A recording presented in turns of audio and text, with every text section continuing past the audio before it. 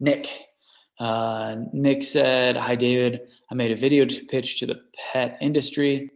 Do I need a PPA and go ahead without it? I can still file it out when the company is interested." So, Nick, depends. Are you pitching in the industry, and do you already have companies that you've talked to and built relationships with pitching other products?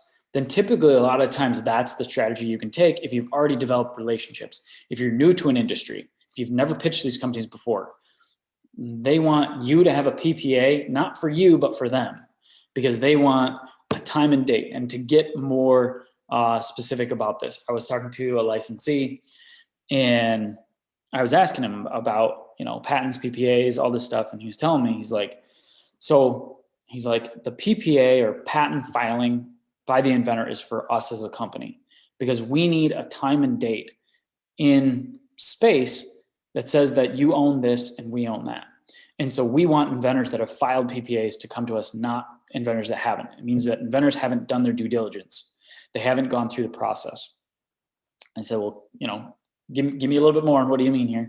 He said, well, for example, we're a hammer company. We develop innovative hammers. And so if you're pitching us hammer ideas, there's a chance that there's overlap. And so we want to know that, we've filed patents and we have our, line in the sand on this date and you have yours.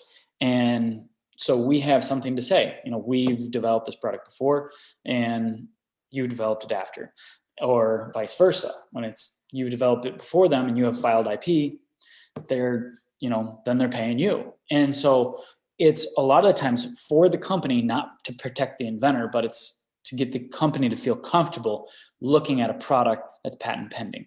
And so the only time that I find it works to not file a PPA is by having pitched in a category for, 2, 3, 4 products. You develop relationships over that time. And essentially you can send them an email and say, hey, here's a product idea. What do you think? And they come back and say, yes, no. And if they say, yeah, this is interesting, let's talk more, then it's time to file a PPA. And sometimes they even tell you, we don't need, a patent to get started in this conversation. Some people get wary about that if they're telling them they don't need a patent, but I'm not so much the case by that. I will put it in front of them to then file later if there's interest. So Nick, I hope that helps. I hope that kind of solidifies what you're looking to do. Pet and to get into the industry, pet products, they will ask for patents, but a lot of the times it's not necessarily part of the contract that you have a granted patent. And that's a very fine line, but it's a big distinction between the two.